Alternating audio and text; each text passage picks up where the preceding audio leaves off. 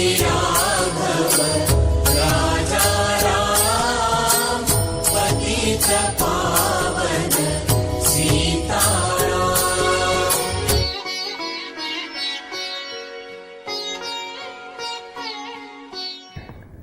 ശാന്തി. ഓം ശാന്തി.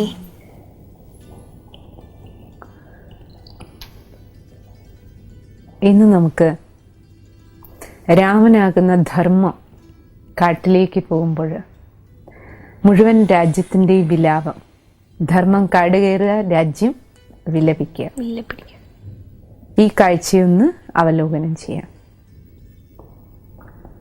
ശ്രീരാമൻ കാട്ടിലേക്ക് പോവുക. അപ്പോൾ കൂട്ടത്തിൽ സീതാദേവിയും പോണു. സീതാദേവിയോടൊപ്പം അടുത്തത് ലക്ഷ്മണനും. 3 പേരും കാട്ടിലേക്ക് കാനനവാസത്തിന് വേണ്ടിയിട്ട് പോവാണ്. അപ്പം ആ നാട് മുഴുവൻ, അയോധ്യ മുഴുവൻ, അയോധ്യ നിവാസികൾ മുഴുവൻ ഇവർ പുറപ്പെടുന്ന സമയത്ത് ഇവരെ കൂട്ടിക്കൊണ്ട് പോണത്, കാട്ടിൻ്റെ ബോർഡറിൽ വരെ കൊണ്ടുപോയി ഇറക്കാൻ വേണ്ടി പോണത് തേരിൽ സുമന്ത്രൻ എന്ന് പറയുന്ന മന്ത്രിയാണ്. മന്ത്രിയാണ് കൂട്ടിയിട്ട് പോണത്. അപ്പോൾ ഇവരിങ്ങനെ യാത്ര പുറപ്പെടുന്ന സമയത്ത് മുഴുവൻ രാജ്യത്തിൽ അയോധ്യ നിവാസികൾ മുഴുവൻ രാമൻ്റെ പിന്നാലെ കരയാണ്. അല്ലയോ ധർമ്മമേ, ഞങ്ങളെ വിട്ട് പിരിയുകയാണോ എന്നാ ചോദിക്കണത്.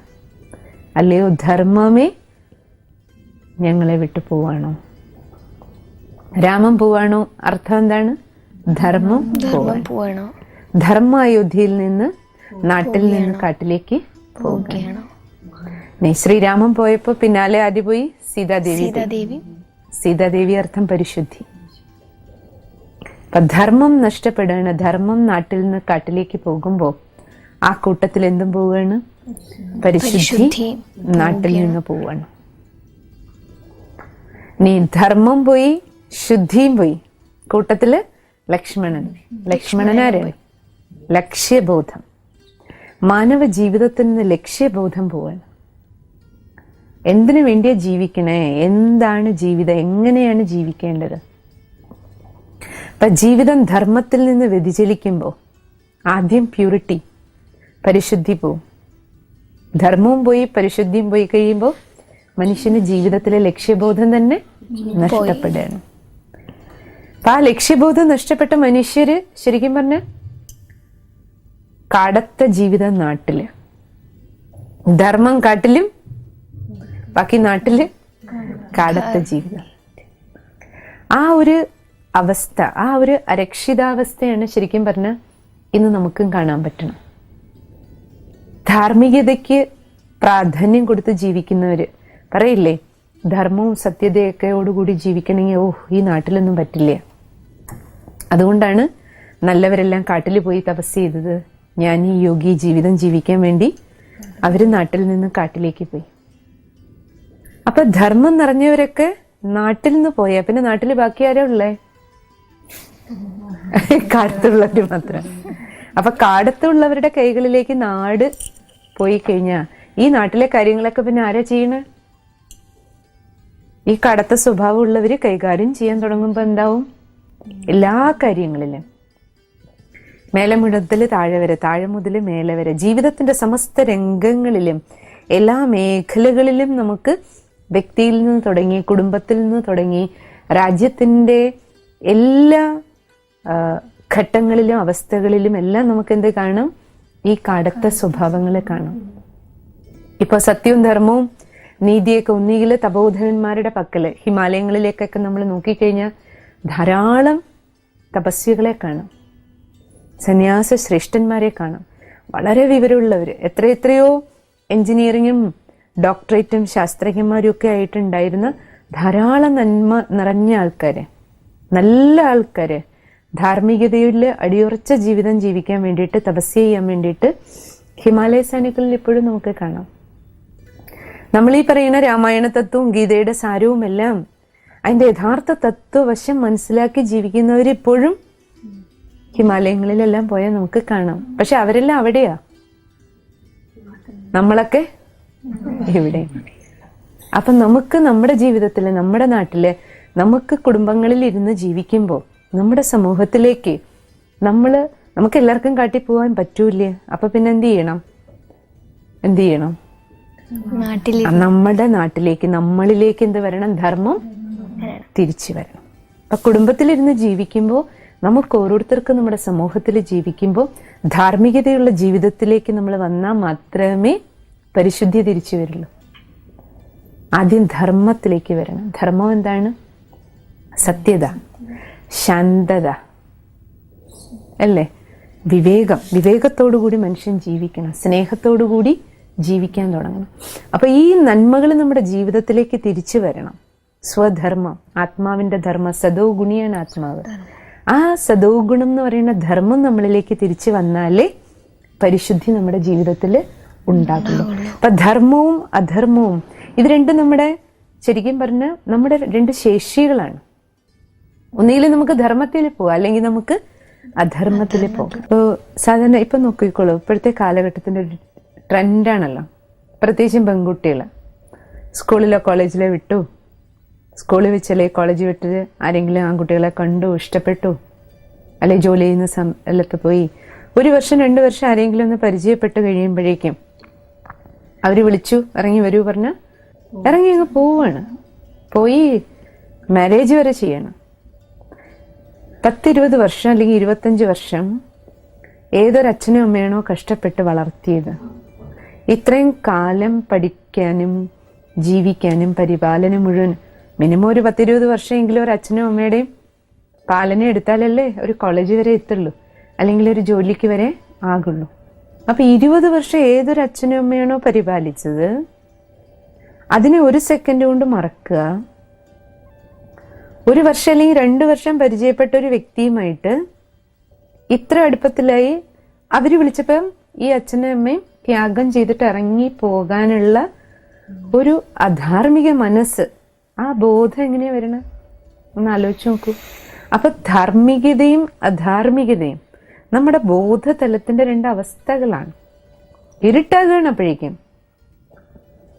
അപ്പൊ നോക്ക്, 20 വർഷം കൂടെ ഉണ്ടായിരുന്നവരെ ത്യാഗം ചെയ്യാൻ 1 സെക്കൻഡിൽ പറ്റുമെങ്കിൽ ഇപ്പൊ ഈ 1 വർഷം 2 വർഷം കൊണ്ട് പരിചയപ്പെട്ട ആളെ വിട്ടിട്ട് പോകാൻ എത്ര സമയം വേണം? അല്ലേ? അപ്പൊ അതുകൊണ്ട് ജീവിതത്തില്, അതുകൊണ്ട് പറയില്ലേ, ലവ് മാരേജസ് കൂടുതലും പരാജയപ്പെട്ടു പോകുന്നതിന്റെ പ്രധാന കാരണം എന്താണ്? ലവും മാരേജ് 2 വിഷയങ്ങളാ. ഒരാളോട് സ്നേഹം വരാൻ ഉള്ള കണ്ടീഷൻ വേറെ, മാരേജ് ചെയ്യുക ആ കണ്ടീഷൻ വേറെ. 2 രണ്ടാണ്. കാരണം ഒരാളോട് സ്നേഹം വരാൻ മനസ്സിൽ കുറേ ഇമാജിനേഷൻസ് നമുക്ക് ആവശ്യമുള്ളൂ. ഇവരിങ്ങനെയാണ് ഇങ്ങനെയാണ്. കാരണം നമ്മൾ രണ്ടാളും പരിചയപ്പെടുന്ന സമയത്ത് ആരാണെങ്കിലും, 2 ലേഡീസ് ആകട്ടെ, 2 ജെൻസ് ആകട്ടെ, അല്ലെങ്കിൽ ഒരു സ്ത്രീയും പുരുഷനും കൂടി ആകട്ടെ, നമ്മൾ കുറച്ച് സമയം കാണുമ്പോൾ സ്കൂളിലോ കോളേജിലോ അല്ലെങ്കിൽ എവിടെയാണോ വെച്ച് ജോലി സ്ഥലത്തോ പരിചയപ്പെടുമ്പോൾ കുറച്ച് സമയത്ത് നമ്മുടെ കൊടുക്കൽ വാങ്ങല്, കാണലും, വർത്തമാനം പറയലും ഇത് മാത്രമേ നമുക്ക് അറിയണുള്ളൂ. കുറച്ച് സമയത്തെ ഇടപാടുകളിൽ വ്യക്തികളെ പരസ്പരം മനസ്സിലാക്കുക. അപ്പൊ നമ്മൾ എന്ത് വിചാരിക്കും? ഇയാളെ ഞാൻ പൂർണ്ണമായിട്ട് അറിഞ്ഞു കഴിഞ്ഞു. നമ്മുടെ ഉള്ളിലെ ഇമാജിനേഷനാ, ഇവരിങ്ങനെ ആയിരിക്കും, ഇങ്ങനെയാണ്, എനിക്ക് ഇവരില്ലാതെ പറ്റില്ല, അവർക്ക് ഞാനില്ലാതെ പറ്റില്ല. ആ ഒരു ഭാവനകളുടെ ലോകത്തിൽ നമ്മൾ പോവാണ്. പിന്നെ അതിനുശേഷം എന്തായി? 2 ആളും കൂടി പോയി മാരേജ് ചെയ്തു. മാരേജ് എന്ന് പറയുമ്പോൾ എന്താണ്? റിയാലിറ്റിയാണ്. ജീവിതത്തിന്റെ വാസ്തവികതകൾ പുറത്തേക്ക് വരിക. കാരണം 2 ആളും കൂടെ ഒരുമിച്ച് ജീവിക്കുമ്പോഴല്ലേ 2 ആളുടെ കയ്യിലിരിക്കുന്നത് പുറത്ത് വരിക, പ്ലസും മൈനസും. അപ്പൊ പ്ലസുകൾക്കൊപ്പം മൈനസുകൾ പുറത്തു വരുമ്പോൾ, ജീവിതത്തിലെ യാഥാർത്ഥ്യങ്ങൾ പുറത്തു വരുമ്പോൾ അതുമായിട്ട് നമുക്ക് പൊരുത്തപ്പെടാൻ പറ്റിയില്ലെങ്കിൽ എന്താവും? ഉടനെ തമ്മിൽ കലഹം. അതുകൊണ്ട് മിക്കവാറും നമ്മൾ കണ്ടിട്ടില്ലേ, ഇങ്ങനെ ലവ് മാരേജിൽ പോകുന്നവർ 1 വർഷം അല്ലെങ്കിൽ 2 വർഷം, ഇപ്പൊ റിസർച്ചുകൾ ഇതിനെ പ്രതി തന്നെ റിസർച്ച് നടന്നിട്ടുണ്ട്. ലവ് മാരേജസ് 2 വർഷം അല്ലെങ്കിൽ മാക്സിമം 3 വർഷത്തിനുള്ളിൽ തന്നെ പരാജയപ്പെട്ടു പോകുന്നതിന്റെ കാരണം എന്താ? അപ്പൊ അതിൽ നിന്ന് റിയലൈസ് ചെയ്യുന്ന റിസർച്ച് റിസൾട്ട് ഇതാ പറയണ, ലവ് വേറെ മാരേജ് വേറെ. ഇത് ഇമാജിനേഷൻ മതി ലവിന്, പക്ഷെ മാരേജിന് റിയാലിറ്റി, ജീവിതത്തിന്റെ വാസ്തവികതകളുമായിട്ട് പൊരുത്തപ്പെട്ടു പോകാൻ കഴിയണം. അതിനുള്ള ബോധോദിക്കണം നമുക്ക്. അതുകൊണ്ട് നമ്മൾ ജീവിതത്തിൽ എപ്പോഴും എന്നാ ചോദിക്കുക, എന്താ പിന്നെ അറേഞ്ച്ഡ് മാരേജിൽ എന്താ ഈ സെപ്പറേഷൻസ് ഒന്നും നടക്കണില്ലേ? അറേഞ്ച്ഡ് മാരേജിൽ ഒരു സെപ്പറേഷൻ വന്നാൽ അല്ലെങ്കിൽ ഒരു പ്രശ്നം വന്നാലും ആ കല്യാണം നടത്തിയ എല്ലാവരും നമ്മുടെ കൂടെ ഉണ്ടാവും സപ്പോർട്ടിന്. മറ്റേത് ആരേ ഉണ്ടാവുള്ളൂ? അപ്പോഴേക്കും, കാരണം 2 വീട്ടുകാരെയും ചിലപ്പോൾ പിണക്കിയിട്ടുണ്ടാവും. ആരുടെ ആശീർവാദം ഇല്ല, ഒരാളുടെയും ഹൃദയം. കാരണം എല്ലാരെയും വിഷമിപ്പിച്ചു. സ്വന്തം അച്ഛൻ, അമ്മ, ബന്ധുക്കള്, മിത്രങ്ങള്, നാട്ടുകാർ പോലും ചിലർക്ക് സങ്കടമാണ് ചിലരുടെ കാര്യങ്ങളൊക്കെ കേട്ടിട്ട്. ഒന്നുകിൽ പഠിപ്പ് പകുതി വെച്ച് ഉപേക്ഷിക്കുക, അല്ലെങ്കിൽ ശരിയല്ലാത്ത ആൾക്കാരുടെ കൂടെ പോവുക. ഇതൊക്കെ കണ്ടിട്ടും കേട്ടിട്ടും എല്ലാവരുടെയും മനസ്സിൽ നിന്നുണ്ടാകുന്ന ദുഃഖം, ആ നെഗറ്റീവ് എനർജി, അത് നമ്മുടെ അടുത്തേക്ക് വന്ന് ചുറ്റിക്കറങ്ങിക്കൊണ്ടിരിക്കും. പിന്നെ നമ്മൾ എത്ര സ്നേഹം എന്ന് പറഞ്ഞാലും നമുക്ക് അധിക സമയം സ്നേഹത്തിൽ പോകാൻ പറ്റില്ല. കാരണം ഇത്രയും നെഗറ്റീവ് എനർജി നമ്മുടെ അടുത്തേക്ക് വരികയല്ലേ. അപ്പോൾ അതേസമയം ഒരു അറേഞ്ച്ഡ് മാരേജിൽ ഒരുപക്ഷെ ഒരു പ്രശ്നം ഉണ്ടായാലും എന്തുണ്ട്, എല്ലാവരുടെയും ഹൃദയത്തിൽ നിന്നുള്ള ആശീർവാദം നമ്മുടെ കൂടെയുണ്ട്. അതുകൊണ്ടല്ലേ കല്യാണം എന്ന് പറഞ്ഞൊരു ഫംഗ്ഷനൊക്കെ വെച്ച് എല്ലാവരെയും വിളിച്ചു കൂട്ടണ എന്തിനാ? എല്ലാവരും എന്തെങ്കിലുമൊക്കെ സാധനങ്ങൾ കൊണ്ട് നമുക്ക് തരാനല്ലേ. യഥാർത്ഥത്തിൽ തിങ്സ് അല്ല ഇമ്പോർട്ടന്റ്, പിന്നെയോ നമ്മുടെ ഹൃദയത്തിൽ നിന്നാ ഇവർ രണ്ടുപേരും ഒരുമിച്ച് ജീവിക്കാൻ പോവാണ്, ഒരു പുതിയ ജീവിതം തുടങ്ങുകയാണ്. അപ്പൊ ഹൃദയത്തിൽ നിന്നുള്ള ആശംസകളും ആശീർവാദവും പോസിറ്റീവ് എനർജി കൊടുക്കുക എന്നുള്ളതാണ്.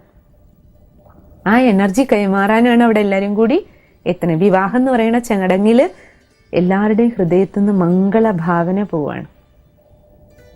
മറ്റിടത്ത് വിവാഹമേ നടന്നുള്ളൂ, പക്ഷെ ആരുടെയും ഹൃദയത്തിൽ നിന്ന് മംഗളാശംസ, അനുഗ്രഹം, പോസിറ്റീവ് എനർജി കിട്ടിയില്ല.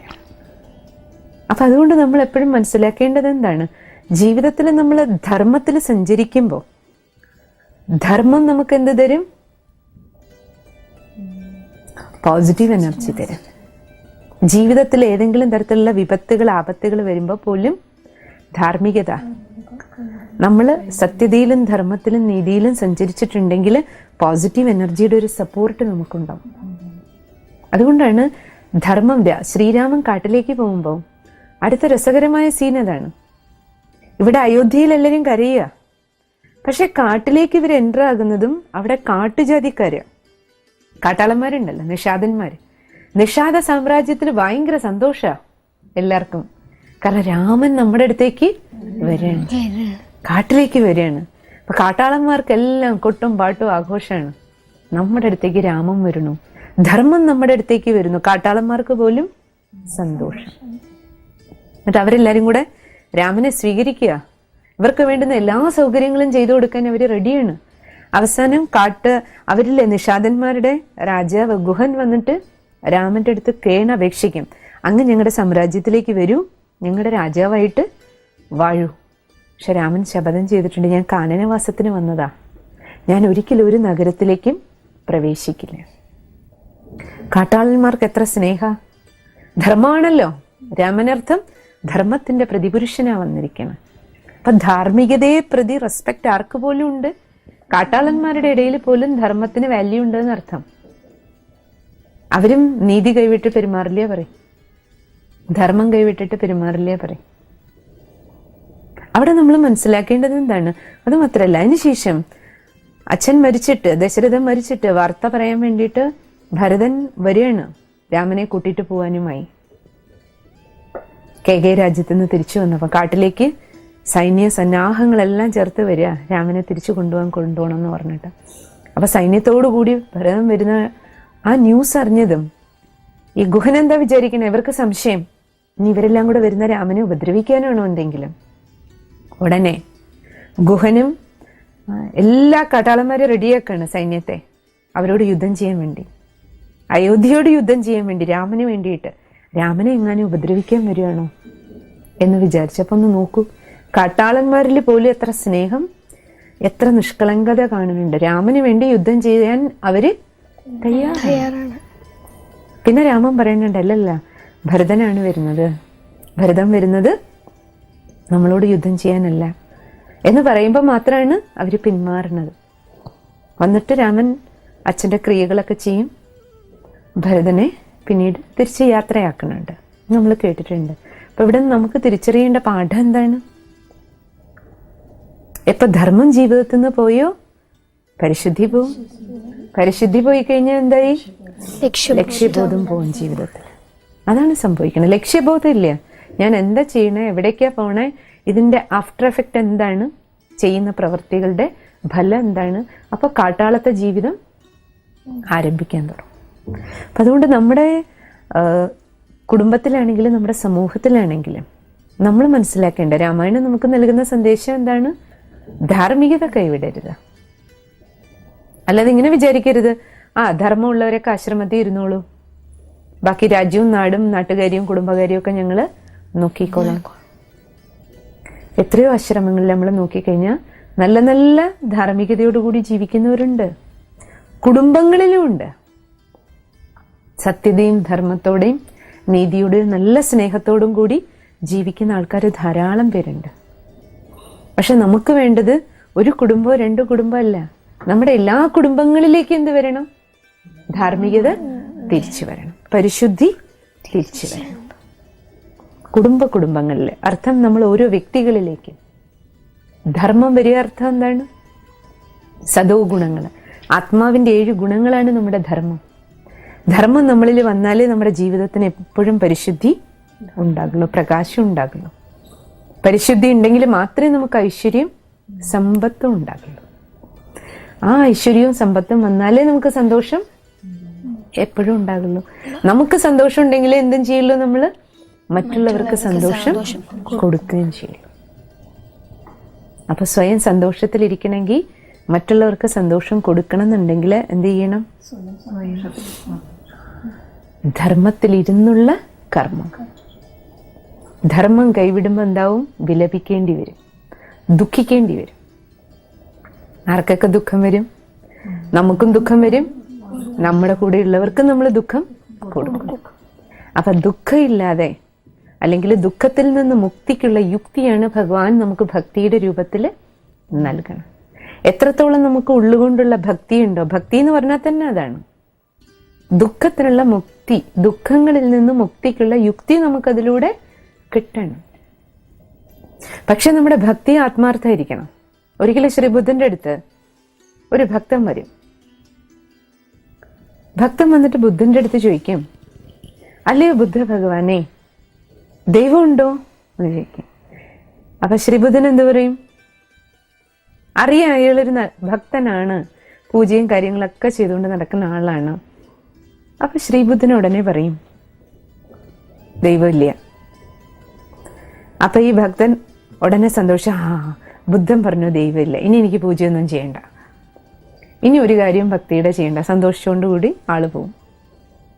ആള് പോയതിൻ്റെ, ആ ഭക്തൻ പോയതിൻ്റെ പിറകെ കുറച്ച് കഴിയുമ്പം ഒരു ചാർവാകൻ വരും. ചാർവാകന്മാരെന്ന് പറഞ്ഞാൽ നിരീശ്വരവാദികൾ. അവരും വേദങ്ങൾ പഠിക്കും. എന്തിനാ? ദൈവം ഇല്ലാന്ന് കണ്ടുപിടിക്കാൻ എന്തൊക്കെ പോയിന്റ് എവിടെയൊക്കെ ഉണ്ട് അതെല്ലാം കണ്ടുപിടിച്ചുകൊണ്ടിരിക്കുന്നവരാണ് അവർ, ദൈവം ഇല്ലാന്ന് തെളിയിക്കാൻ. അപ്പൊ ഈ ചാർവാകൻ നിരീശ്വരവാദി വന്നിട്ട് ബുദ്ധന്റെ അടുത്ത് ഇതേ ചോദ്യം ചോദിക്കും, അല്ലേ ബുദ്ധ ഭഗവാനെ, ദൈവം ഉണ്ടോ? അപ്പൊ ശ്രീബുദ്ധൻ എന്ത് പറയും? ഉണ്ട് പറഞ്ഞു. എന്താ കാരണം?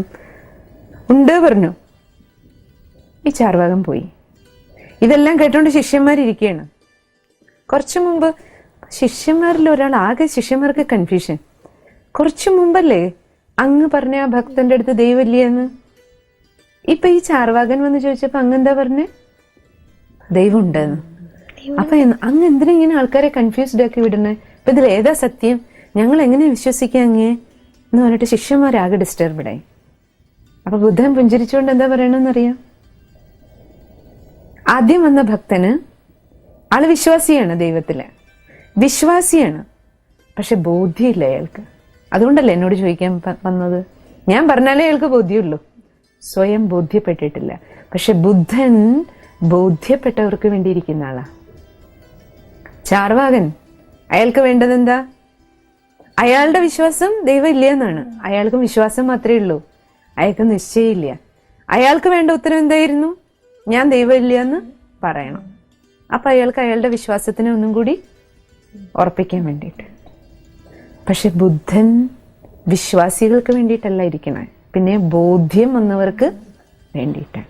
അപ്പൊ നമ്മൾ ആരെങ്കിലും പറയോ, അച്ഛനുണ്ട് അല്ലെങ്കിൽ അമ്മയുണ്ട്, എനിക്ക് വിശ്വാസമാണ്.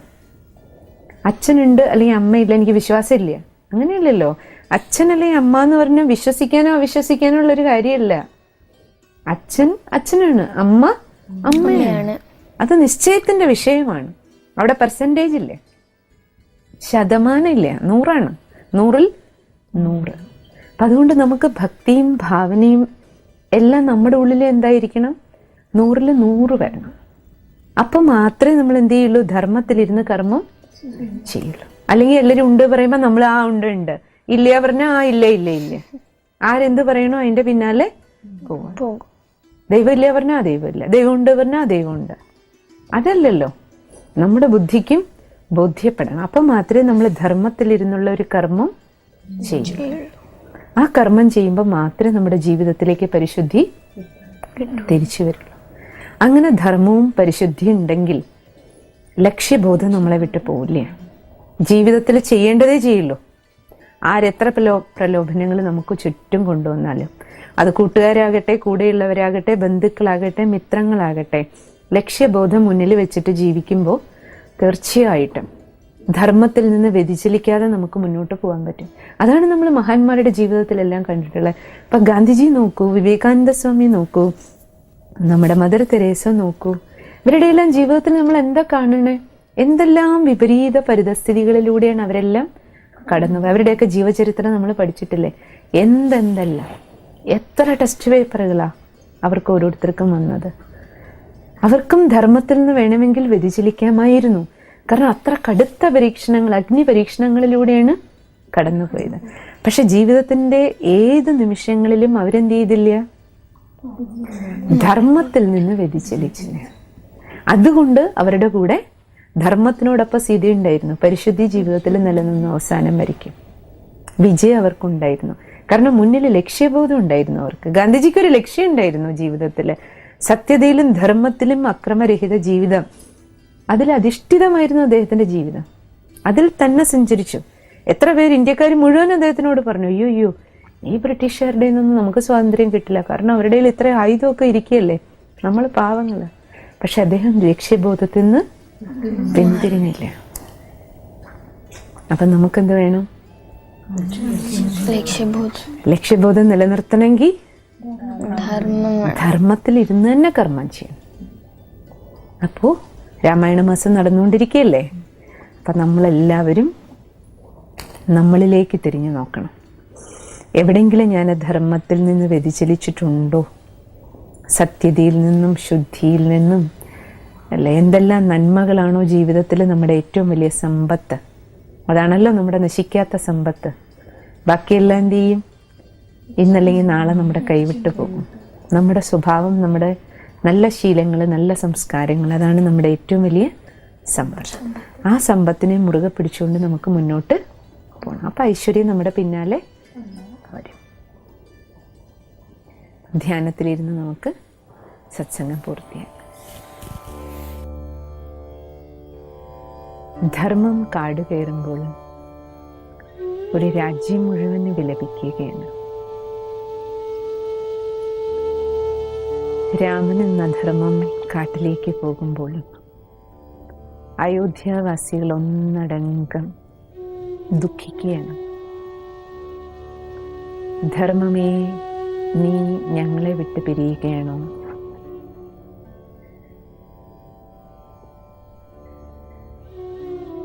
ധർമ്മം കാട്ടിലേക്ക് പോകുമ്പോൾ കാടത്തം നാട്ടിലേക്ക് വരികയാണ്.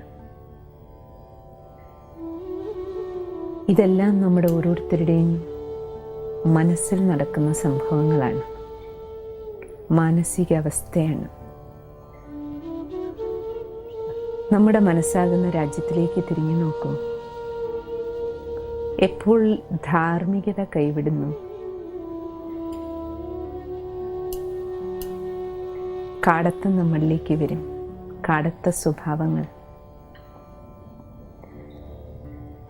സ്വഭാവങ്ങൾ കടിമകളാകുമ്പോൾ ശുദ്ധി,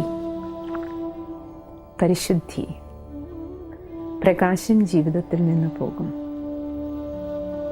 സംഘർഷങ്ങളും പിരിമുറുക്കങ്ങളും മാത്രമായിരിക്കും റിസൾട്ട്. ധർമ്മം എൻ്റെ മനസ്സിൽ സർവ മാനവ ഹൃദയങ്ങളിലേക്ക് തിരിച്ചു വരുമ്പോൾ, കാടത്തം മാറി ധാർമ്മികത വരുമ്പോൾ, പരിശുദ്ധി തിരിച്ചു വരുമ്പോൾ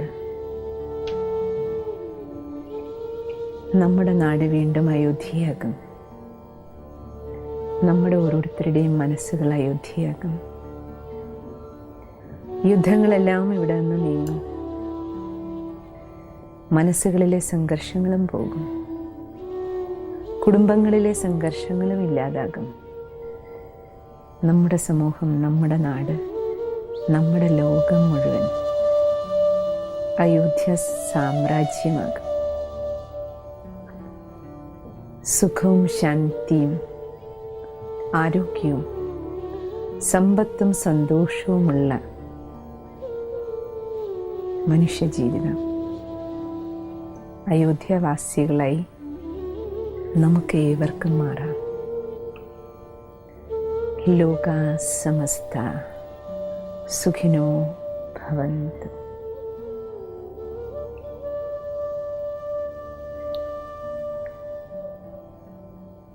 ഓം ശാന്തി ശാന്തി